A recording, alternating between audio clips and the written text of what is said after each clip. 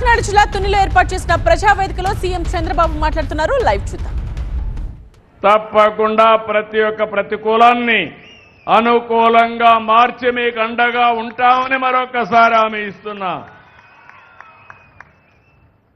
అందుకే ఆ రోజు నేను చెప్తే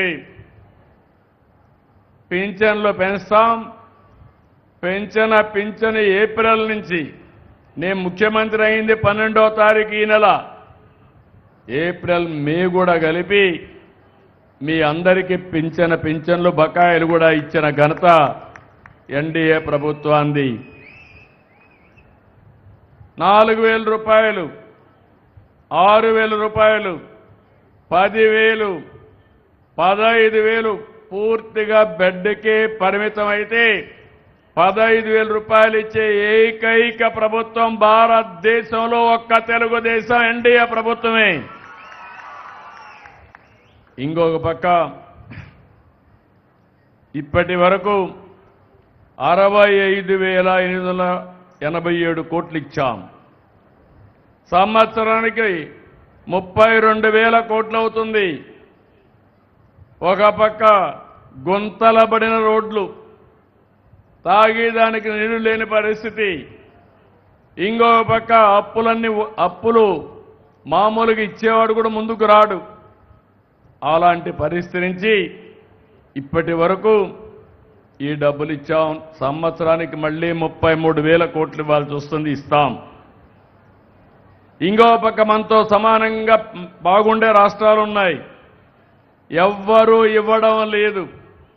నేను ఎంత శ్రద్ధ పెట్టానంటే మొదటి తారీఖు వస్తే ఇమ్మనొచ్చు, నేను కూడా బటన్ నొక్కచ్చు, కానీ నేను నేరుగా వచ్చి ఆ పేదవాడి ఇంటికొచ్చి ఇంటి దగ్గర పింఛనిచ్చినప్పుడు నా అధికార యంత్రాంగం సరిగా పనిచేస్తున్నారా లేదా అని ఎప్పటికప్పుడు సమీక్షించినప్పుడు ఉండే ఆనందం మామూలు అప్పుడు రాదని చెప్పి కూడా నేను మీకు తెలియజేసిన. బటన్ నొక్కితే ఆ ఆనందం ఉండదు,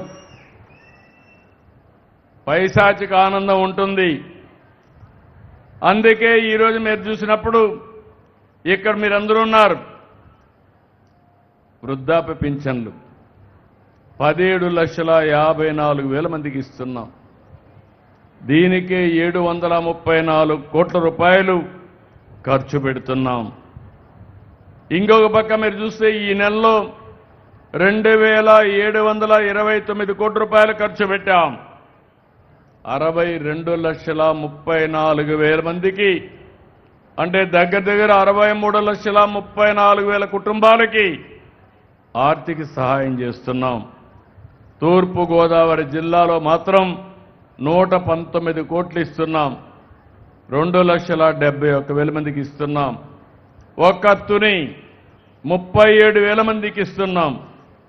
16 కోట్ల రూపాయలు ఖర్చు పెడుతున్నాం. ఒక్క చామవరం 391 మందికి 17 లక్షలు నెలకు ఖర్చు పెడుతున్నాం. ఎవరైనా ఒక నెల తీసుకోకపోతే రెండో నెల కూడా తీసుకోకపోతే మూడో నెల కూడా ఇస్తున్నాం. అంత మునిపి ఇచ్చేవాళ్ళు కాదు. నేను ఒకటి ఆలోచించాను, పేదవాడు ఏదైనా అవసరం కొద్ది బయట పోతే, బంధువుల ఇంటికి పోతే ఎగ్గొట్టడం మంచిది కాదు, మిగలబెట్టుకోవడం మంచిది కాదు, అవసరమైతే మళ్ళీ నెలవారీగా ఇవ్వాలని చెప్పి ఇచ్చాం.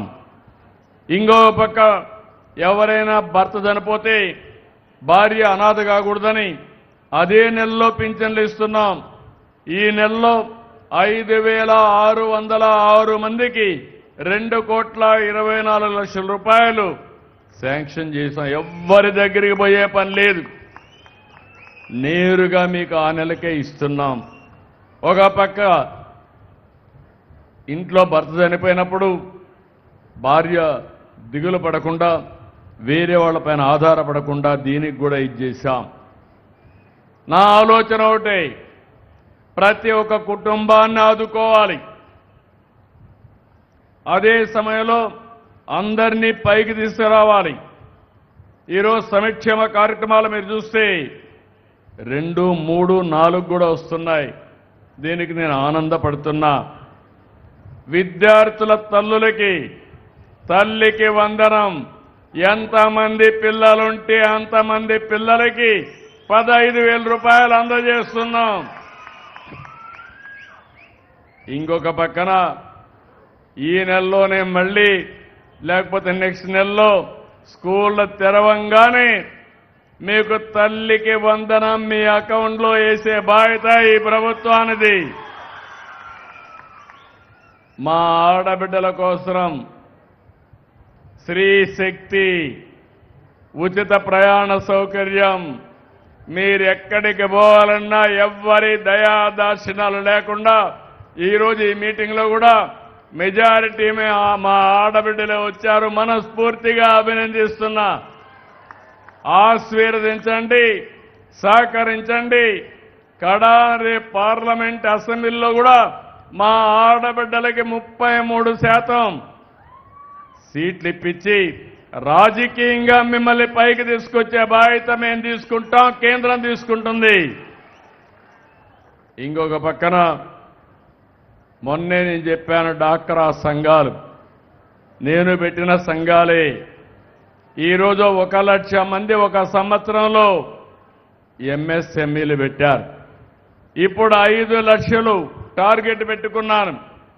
మీరు రాబోయే రోజుల్లో ఉత్పత్తి చేసే ఉత్పత్తుల్ని ప్రపంచ మార్కెట్కి పంపించే బాధ్యత నాది, నాతో సహకరించే బాధ్యత మా ఆడబిడ్డలదని మరొక్కసారి కోరుతున్నా.